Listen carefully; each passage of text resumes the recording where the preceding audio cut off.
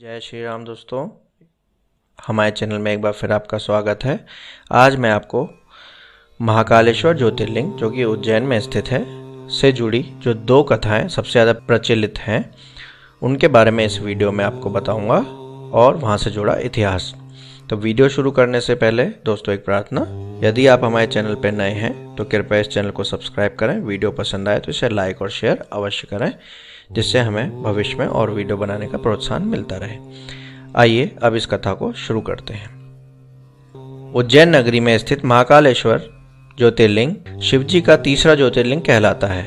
यह एकमात्र ज्योतिर्लिंग है जो दक्षिण मुखी है।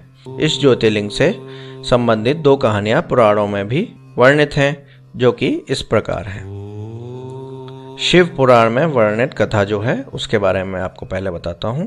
शिव पुराण के कोटि रुद्र संहिता के 16वें अध्याय में तृतीय ज्योतिर्लिंग भगवान महाकाल के संबंध में सूत जी द्वारा जिस कथा को वर्णित किया गया है उसके अनुसार अवंती नगरी में एक वेद कर्मरत ब्राह्मण रहा करते थे।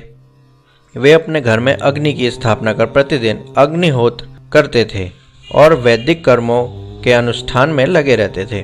भगवान शंकर के परम भक्त वह ब्राह्मण प्रतिदिन पार्थिव लिंग का निर्माण कर शास्त्र विधि से उसकी पूजा करते थे। हमेशा उत्तम ज्ञान को प्राप्त करने में तत्पर उस ब्राह्मण देवता का नाम वेदप्रिय था। वेदप्रिय स्वयं ही शिव जी के अनन्य भक्त थे, जिसके संस्कार के फलस्वरूप उनके शिव पूजा परायण ही 4 पुत्र हुए। वे तेजस्वी तथा माता पिता के सद्गुणों के अनुरूप थे। उनके 4 पुत्रों के नाम देवप्रिय, प्रियमेधा, संस्कृति और सुव्रत थे। उन दिनों रत्नमाला पर्वत पर दूषण नाम वाले धर्म विरोधी एक असुर ने वेद, धर्म और धर्मात्माओं पर आक्रमण कर दिया। उस असुर को ब्रह्मा से अजेयता का वर मिला था। सबको सताने के बाद अंत में उस असुर ने भारी सेना लेकर अवंती, जो कि आज की डेट में उज्जैन के नाम से जाना जाता है, के उन पवित्र और कर्मनिष्ठ ब्राह्मणों पर भी चढ़ाई कर दी। उस असुर की आज्ञा से 4 भयानक दैत्य चारों दिशाओं में प्रलय काल की अग्नि के समान प्रकट हो गए। उनके भयंकर उपद्रव से शिवजी पर विश्वास करने वाले ब्राह्मण बंधु भयभीत नहीं हुए। अवंती नगर के निवासी सभी ब्राह्मण जब उस संकट से घबराने लगे, तब उन चारों शिव भक्त भाइयों ने उन्हें आश्वासन देते हुए कहा, आप लोग भक्तों के हितकारी भगवान शिव पर भरोसा रखें। उसके बाद वे चारों ब्राह्मण बंधु शिव जी का पूजन कर उनके ही ध्यान में तल्लीन हो गए। सेना सहित दूषण ध्यान मग्न उन ब्राह्मणों के पास पहुंचा। उन ब्राह्मणों को देखते ही ललकारते हुए बोल उठा कि इन्हें बांधकर मार डालो। वेद प्राय के उन ब्राह्मण पुत्रों ने उस दैत्य के द्वारा कही गई बातों पर कान नहीं दिया और भगवान शिव के ध्यान में मग्न रहे। जब उस दुष्ट दैत्य ने यह समझ लिया कि हमारे डांट डपट से कुछ भी परिणाम निकलने वाला नहीं है, तब उसने ब्राह्मणों को मार डालने का निश्चय किया। उसने ज्यों ही उन शिव भक्तों के प्राण लेने हेतु शस्त्र उठाया, त्यों ही उनके द्वारा पूजित उस पार्थिव लिंग की जगह गंभीर आवाज के साथ एक गड्ढा प्रकट हो गया और तत्काल उस गड्ढे से विकट और भयंकर रूपधारी भगवान शिव प्रकट हो गए। दुष्टों का विनाश करने वाले तथा सज्जन पुरुषों के कल्याणकर्ता वे भगवान शिव ही महाकाल के रूप में इस पृथ्वी पर विख्यात हुए। उन्होंने दैत्यों से कहा, अरे दुष्टों, तुम जैसे हत्यारों के लिए ही मैं महाकाल प्रकट हुआ हूँ। इस प्रकार धमकाते हुए महाकाल भगवान शिव ने अपने हुंकार मात्र से ही उन दैत्यों को भस्म कर डाला। दूषण की कुछ सेना को भी उन्होंने मार गिराया और कुछ स्वयं ही भाग खड़ी हुई। इस प्रकार परमात्मा शिव ने दूषण नामक दैत्य का वध कर दिया। जिस प्रकार सूर्य से निकलते ही अंधकार छट जाता है, उसी प्रकार भगवान आशुतोष शिव को देखते ही सभी दैत्य सैनिक पलायन कर गए। देवताओं ने प्रसन्नता पूर्वक अपनी दंदुभियां बजाईं और आकाश से फूलों की वर्षा की। उन शिव भक्त ब्राह्मणों पर अति प्रसन्न भगवान शंकर ने उन्हें आश्वस्त करते हुए कहा कि मैं महाकाल महेश्वर तुम लोगों पर प्रसन्न हूँ, तुम लोग वर मांगो। महाकालेश्वर की वाणी सुनकर भक्ति भाव से पूर्ण उन ब्राह्मणों ने हाथ जोड़कर विनम्रता पूर्वक कहा, दुष्टों को दंड देने वाले महाकाल शंभु, आप हम सबको इस संसार सागर से मुक्त कर दें। हे भगवान शिव, आप आम जनता के कल्याण तथा उनकी रक्षा करने के लिए यहीं हमेशा के लिए विराजिए। प्रभु, आप अपने दर्शनार्थी मनुष्यों का सदा उद्धार करते रहें। भगवान शंकर ने उन ब्राह्मणों को सद्गति प्रदान की और अपने भक्तों की सुरक्षा के लिए उस गड्ढे में स्थित हो गए। उस गड्ढे के चारों ओर की लगभग 3-3 किलोमीटर भूमि लिंग रूपी भगवान शिव की स्थली बन गई। ऐसे भगवान शिव इस पृथ्वी पर महाकालेश्वर के नाम से प्रसिद्ध हुए। अब आइए दूसरी कथा के बारे में जानते हैं। शिव भक्त राजा चंद्रसेन और बालक की कथा। उज्जैनी नगरी में महान शिव भक्त तथा जितेंद्रिय चंद्रसेन नामक एक राजा थे। उन्होंने शास्त्रों का गंभीर अध्ययन कर उनके रहस्यों का ज्ञान प्राप्त किया था। उनके सदाचरण से प्रभावित होकर शिवजी के गणों में अग्रणी मणिभद्र जी राजा चंद्रसेन के मित्र बन गए। मणिभद्र जी ने एक बार राजा पर अतिशय प्रसन्न होकर राजा चंद्रसेन को चिंतामणि नामक एक महामणि प्रदान की। वह महामणि कौस्तुभ मणि और सूर्य के समान चमकदार थी। वह महामणि देखने, सुनने तथा ध्यान करने पर भी वह मनुष्यों को निश्चित ही मंगल प्रदान करती थी। राजा चंद्रसेन के गले में अमूल्य चिंतामणि शोभा पा रही थी। यह जानकर सभी राजाओं में उस मणि के प्रति लोभ बढ़ गया। चिंतामणि के लोभ से सभी राजा क्षुभित होने लगे। उन राजाओं ने अपनी चतुरंगिणी सेना तैयार की और उस चिंतामणि के लोभ में वहां आ धमके। चंद्रसेन के विरुद्ध वे सभी राजा एक साथ मिलकर एकत्र हुए थे और उनके साथ भारी सैन्य बल भी था। उन सभी राजाओं ने आपस में परामर्श करके रणनीति तैयार की और राजा चंद्रसेन पर आक्रमण कर दिया। सैनिकों सहित उन राजाओं ने चारों ओर से उज्जैनी के चारों द्वारों को घेर लिया। अपनी पुरी को चारों ओर से सैनिकों द्वारा घिरी हुई देखकर राजा चंद्रसेन महाकालेश्वर भगवान शिव की शरण में पहुंच गए। वे निश्चल मन से दृढ़ निश्चय के साथ उपवास व्रत लेकर भगवान महाकाल की आराधना में जुट गए। उन दिनों उज्जैनी में एक विधवा ग्वालिन रहती थी जिनका इकलौता पुत्र था। वह इस नगरी में बहुत दिनों से रहती थी। वह अपने उस 5 वर्ष के बालक को लेकर महाकालेश्वर के दर्शन करने हेतु गई। उस बालक ने देखा कि राजा चंद्रसेन वहां बड़ी श्रद्धा भक्ति से महाकाल की पूजा कर रहे थे। राजा के शिव पूजन का महोत्सव उसे बहुत ही आश्चर्यमय लगा। उसने पूजन को निहारते हुए भक्ति भावपूर्ण महाकाल को प्रणाम किया और अपने निवास स्थान पर लौट गई। उस ग्वालिन माता के साथ उसके बालक ने भी महाकाल की पूजा का कौतूहल पूर्वक अवलोकन किया। इसलिए घर वापस आकर उसने भी शिवजी का पूजन करने का विचार किया। वह एक सुंदर सा पत्थर ढूंढकर लाया और अपने निवास से कुछ दूरी पर किसी अन्य के निवास के पास एकांत में रख दिया। उसने अपने मन में निश्चय करके उस पत्थर को ही शिवलिंग मान लिया। वह शुद्ध मन से भक्ति भावपूर्ण मानसिक रूप से गंध, धूप, दीप, नैवेद्य और अलंकार आदि जुटाकर उसने उस शिवलिंग की पूजा की। वह सुंदर सुंदर पत्तों तथा फूलों को बार बार पूजन के बाद उस बालक ने बार बार भगवान के चरणों में मस्तक लगाया। बालक का चित्त भगवान के चरणों में आसक्त था और वह विह्वल होकर उनको दंडवत कर रहा था। उसी समय ग्वालिन ने भोजन के लिए अपने पुत्र को प्रेम से बुलाया। उधर उस बालक का मन शिवजी की पूजा में रमा हुआ था, जिसके कारण वह बाहर से बेसुध था। माता द्वारा बार बार बुलाने पर भी बालक को भोजन करने की इच्छा नहीं हुई और वह भोजन करने नहीं गया। तब उसकी माँ स्वयं उठकर वहां आ गई। माँ ने देखा कि उसका बालक एक पत्थर के सामने आंखें बंद करके बैठा है।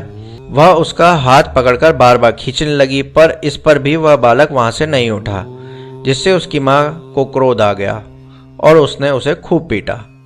इस प्रकार खींचने और मारने पीटने पर भी जब वह बालक वहां से नहीं हटा तो माँ ने उस पत्थर को उठाकर दूर फेंक दिया। बालक द्वारा उस शिवलिंग पर चढ़ाई गई सामग्री को भी उसने नष्ट कर दिया। शिव जी का अनादर देख बालक हाय हाय करके रो पड़ा। क्रोध में आग बबूला हुई वह ग्वालिन अपने बेटे को डांट फटकारकर पुनः अपने घर चली गई।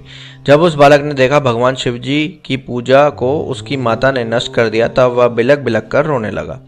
देव देव महादेव ऐसे पुकारता हुआ वह सहसा बेहोश होकर पृथ्वी पर गिर पड़ा। उसकी आंखों में आंसुओं की झड़ी लग गई। कुछ देर बाद जब उसे चेतना आई तो उसने अपनी बंद आंखें खोल दी। उस बालक ने आंखें खोलने के बाद जो दृश्य देखा उससे वह आश्चर्य में पड़ गया। भगवान शिव की कृपा से उस स्थान पर महाकाल का दिव्य मंदिर खड़ा हो गया।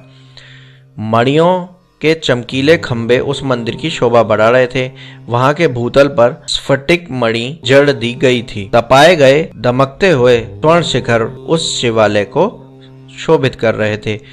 उस मंदिर के विशाल द्वार, मुख्य द्वार तथा उनके कपाट सुवर्ण निर्मित थे। उस मंदिर के सामने नीलमणि तथा हीरे जड़े बहुत से चबूतरे बने थे। उस भव्य शिवालय के भीतर मध्य भाग में गर्भगृह, भूत भावन, भोलानाथ भगवान शिव का रत्नमय लिंग प्रतिष्ठित हुआ था। ग्वालिन के उस बालक ने शिवलिंग को बड़े ध्यानपूर्वक देखा। उसके द्वारा चढ़ाई गई सभी पूजन सामग्री उस शिवलिंग पर सुसज्जित पड़ी थी। उस शिवलिंग को तथा उस पर उसके द्वारा चढ़ाई गई पूजन सामग्री को देखते देखते वह बालक उठ खड़ा हुआ। उसे मन ही मन आश्चर्य तो बहुत हुआ, किंतु वह परमानंद सागर में गोते लगाने लगा। उसके बाद तो उसने शिवजी की ढेर सारी स्तुतियां की और बार बार अपने मस्तक को उनके चरणों में लगाया। उसके बाद जब शाम हो गई तो सूर्यास्त होने पर वह बालक शिवालय से निकलकर बाहर आया और अपने निवास स्थल को देखने लगा। उसका निवास देवताओं के राजा इंद्र के समान शोभा पा रहा था। वहां सब कुछ शीघ्र ही स्वर्णमय हो गया, जिससे वहां की विचित्र शोभा हो गई। परम उज्ज्वल वैभव से सर्वत्र प्रकाश हो रहा था। वह बालक सब प्रकार की शोभाओं से संपन्न उस घर के भीतर प्रविष्ट हुआ। उसने देखा कि उसकी माता एक मनोहर पलंग पर सो रही है। उसके अंगों में बहुमूल्य रत्नों के अलंकार शोभा पा रहे हैं। आश्चर्य और प्रेम में विह्वल उस बालक ने अपनी माता को बड़े जोर से उठाया। उसकी माता भी भगवान शिव की कृपा प्राप्त कर चुकी थी। जब उस ग्वालिन ने उठकर देखा तो उसे सब कुछ अपूर्ण विलक्षण सा देखने को मिला। उसके आनंद का ठिकाना न रहा। उसने भाव विभोर होकर अपने पुत्र को छाती से लगा लिया। अपने बेटे से शिव की कृपा प्रसाद का संपूर्ण वर्णन सुनकर वह ग्वालिन ने राजा चंद्रसेन को सूचित किया। निरंतर भगवान शिव के भजन पूजन में लगे रहने वाले राजा चंद्रसेन अपना नित्य नियम पूरा कर रात्रि के समय पहुंचे। उन्होंने भगवान शंकर को संतुष्ट करने वाला ग्वालिन के पुत्र का वह प्रभाव देखा। उज्जैनी को चारों ओर से घेर कर युद्ध के लिए खड़े उन राजाओं ने भी गुप्तचरों के मुख से प्रातःकाल उस अद्भुत वृत्तांत को सुना। इस विलक्षण घटना को सुनकर सभी नरेश आश्चर्यचकित हो गए। उन राजाओं ने आपस में मिलकर पुनः विचार विमर्श किया। परस्पर बातचीत में उन्होंने कहा कि राजा चंद्रसेन महान शिव भक्त हैं, इसलिए इस पर विजय प्राप्त करना अत्यंत कठिन है। ये सभी प्रकार से निर्भय होकर महाकाल की नगरी उज्जैनी का पालन पोषण करते हैं। जब इस नगरी का एक छोटा बालक भी ऐसा शिव भक्त है तो राजा चंद्रसेन का महान शिव भक्त होना स्वाभाविक है। ऐसे राजा के साथ विरोध करने पर निश्चय ही भगवान शिव क्रोधित हो जाएंगे। शिव के क्रोध करने पर तो हम सभी नष्ट ही हो जाएंगे। इसलिए हमें इस नरेश से दुश्मनी न करके मेल मिलाप ही कर लेना चाहिए, जिससे भगवान महेश्वर की कृपा हमें भी प्राप्त होगी। युद्ध के लिए उज्जैनी को घेरे उन राजाओं का मन भगवान शिव के प्रभाव से निर्मल हो गया और शुद्ध हृदय से सभी ने हथियार डाल दिए। उनके मन से राजा चंद्रसेन के प्रति बैर भाव निकल गया और उन्होंने महाकालेश्वर पूजन किया। उसी समय परम तेजस्वी श्री हनुमान वहां प्रकट हो गए। उन्होंने गोप बालक को अपने हृदय से लगाया और राजाओं की ओर देखते हुए कहा, राजाओं, तुम सब लोग तथा अन्य देहधारी गण भी ध्यान पूर्वक हमारी बातें सुने। मैं जो बात कहूंगा उससे तुम सब लोगों का कल्याण होगा। उन्होंने बताया कि शरीरधारियों के लिए भगवान शिव से बढ़कर अन्य कोई गति नहीं है, अर्थात महेश्वर की कृपा प्राप्ति ही मोक्ष का सबसे उत्तम साधन है।